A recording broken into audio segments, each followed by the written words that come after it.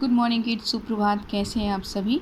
स्वागत है आप सभी का किड्स स्टडी पॉइंट अंश चैनल पर। और आज मैं आप सभी के लिए लेकर आई हूँ हिंदी ग्रामर चैप्टर 3 शब्द भेद। तो मैंने शब्द क्या है, शब्द भेद के प्रकार, शब्द भेद, ये सब मैंने ना लास्ट वीडियो में आप सभी को पढ़ाया था। तो आपने अगर नहीं देखी है तो प्लीज़ आप किड्स स्टडी पॉइंट अंश चैनल सर्च करके मेरी ये वीडियो सर्च कर सकते हैं, देख सकते हैं। पार्ट 1 शब्द भेद पार्ट 1। आज मैं इस शब्द भेद का पार्ट 2 लेकर आई हूँ। उसमें मैंने जो शब्द भेद का जो पहला प्रकार है, रचना के आधार पर शब्द भेद, वो मैं एक्सप्लेन कर चुकी हूँ। आज हम पढ़ेंगे शब्द भेद का दूसरा प्रकार, उत्पत्ति या स्रोत के आधार पर। ठीक है, तो उत्पत्ति या स्रोत के आधार पर शब्द भेद, तो इनके जो है 4 प्रकार होते हैं। उत्पत्ति या स्रोत के आधार पर भी शब्दों के 4 भेद होते हैं, जैसे कि तत्सम शब्द, तद्भव शब्द, देशज शब्द, विदेशी शब्द। तो तत्सम शब्द क्या होते हैं? तत्सम शब्द मतलब ऐसे शब्द जो संस्कृत भाषा के हैं, जो संस्कृत भाषा के मूल शब्द हैं, उनको हमने हिंदी में भी वैसे के वैसे ही बोलना शुरू कर दिया है, तो वो क्या है? तत्सम शब्द हैं। ठीक है, जैसे कि यहाँ पे लिखा भी है कि संस्कृत के मूल शब्द जो हिंदी में ज्यों के त्यों प्रयुक्त होते हैं, उन्हें हम तत्सम शब्द कहते हैं। जैसे कि निद्रा है, नृत्य है, ज्येष्ठ है, रात्रि है, वर्ष है, हस्ती है, इन सभी शब्दों को हम हिंदी में बिल्कुल ऐसे ही इस्तेमाल करते हैं, तो ये शब्द क्या कहलाएंगे? तत्सम शब्द कहलाएंगे। ठीक है, जो जैसे थे वैसे ही हिंदी में इस्तेमाल किए जाने लगे, वो कहलाएंगे तत्सम शब्द। तद्भव क्या है? तद्भव मतलब ऐसे शब्द जो हैं तो संस्कृत के, लेकिन उनको थोड़ा बदल कर हिंदी में प्रयोग किए जाने लगा, वो कहलाते हैं तद्भव शब्द। ठीक है, तो संस्कृत के जो शब्द परिवर्तित होकर हिंदी शब्दावली में प्रयुक्त होने लगे, वे तद्भव कहलाते हैं, तद्भव शब्द कहे जाते हैं। जैसे कि संस्कृत का शब्द है मयूर, और मयूर को हम हिंदी में क्या इस्तेमाल करते हैं? मोर। कोकिल संस्कृत शब्द है, लेकिन हिंदी में हमने इसको थोड़ा चेंज कर दिया, परिवर्तित कर दिया, तो क्या कहने लगे हम इसे? कोयल, है ना। तो संस्कृत के ऐसे शब्द जो हिंदी में थोड़ा परिवर्तित होकर उपयोग किए जाते हैं, उन्हें हम कहते हैं तद्भव शब्द। और तत्सम मतलब जैसे थे संस्कृत के शब्द वैसे ही हमने हिंदी में उपयोग करना शुरू कर दिया, वो तत्सम हो गए। ठीक है, तो तत्सम तद्भव क्लियर हुआ। आगे बढ़ते हैं। आगे है हमारा देशज शब्द।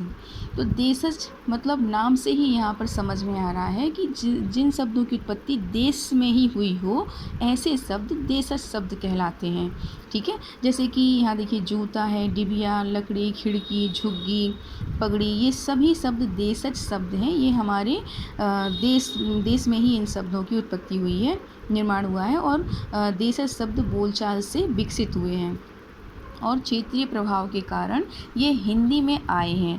हिंदी के लोक प्रचलित शब्दों को, लोक प्रचलित मतलब लोकल भाषा में हम जो भी शब्द इस्तेमाल करते हैं, प्रयोग करते हैं, उनको देशज शब्द कहा जाता है।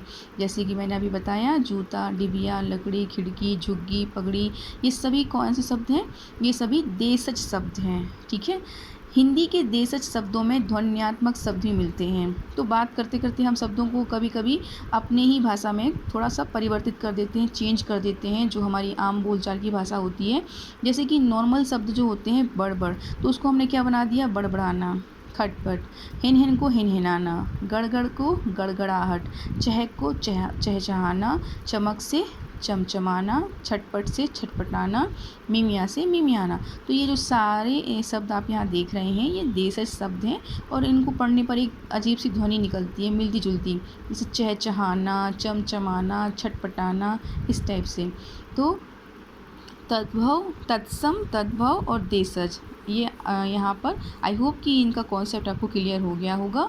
और ये किसके प्रकार हैं? ये उत्पत्ति के आधार पर, उत्पत्ति के आधार पर शब्दों के भेद हैं, 4 भेद हैं, जिनमें से मैंने आपको भी बताया, तत्सम, तद्भव, देशज।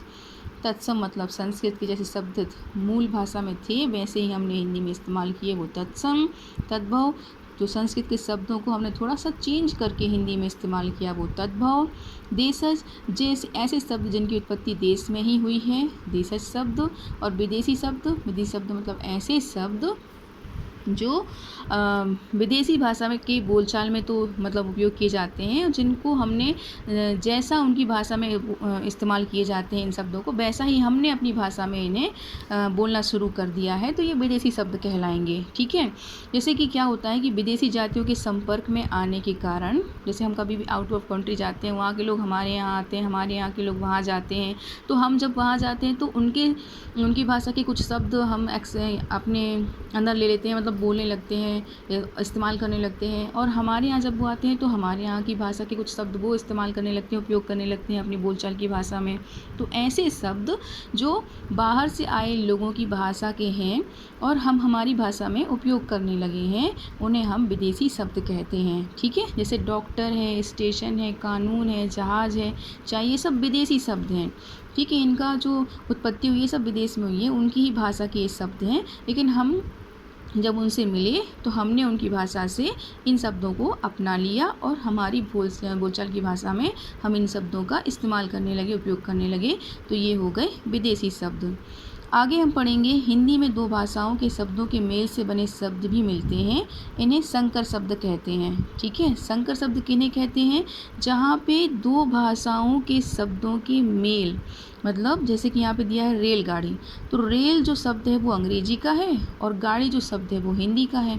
तो यहाँ पे दो भाषाएं हैं, एक तो अंग्रेजी, दूसरा हिंदी। तो अंग्रेजी और हिंदी दो भाषाओं से मिलाकर एक शब्द बना रेलगाड़ी। तो ऐसे शब्द जो दो भाषाओं के शब्दों के मेल से बने हों, उन्हें हम कहते हैं संकर शब्द। क्या कहते हैं? संकर शब्द। ठीक है। जैसे वर्षगांठ है, तो वर्ष शब्द जो है वो संस्कृत का है, गांठ शब्द जो है वो हिंदी का है। तो यहाँ पर भी दो भाषाएं हैं और दो अलग अलग शब्द हैं, और इन दो भाषाओं के अलग अलग शब्द को मिलाकर बना एक शब्द, जिसे हम कहेंगे संकर शब्द। तो यहाँ पर आई होप कॉन्सेप्ट आपको क्लियर हुआ होगा कि संकर शब्द किसे कहते हैं। दो भाषाओं के शब्दों के मेल को हम संकर शब्द कहते हैं। ठीक है। तो आज के लिए बस इतना ही। आई होप आपको ये वीडियो पसंद आई हो। If you like my videos please like, share and subscribe my channel. Thank you so much. Bye.